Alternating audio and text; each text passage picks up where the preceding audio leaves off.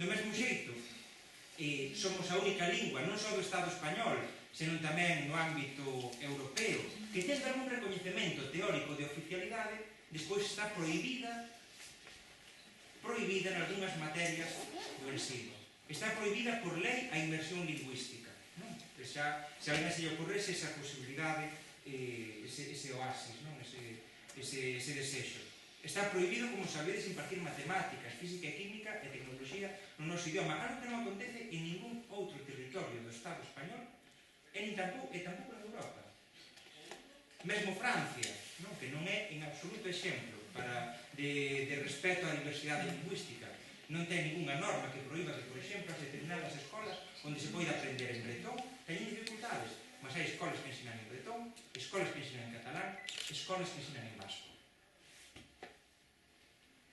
A propósito, por exemplo, as escolas que ensinan en vasco e castolas no País Vasco francés subvencionadas mesmo no seu momento cando Patxi López era presidente do goberno vasco, o apoio tamén, por tanto, do Partido Popular para este financiamento. Son estes datos que tamén creo que é interesante ter presente.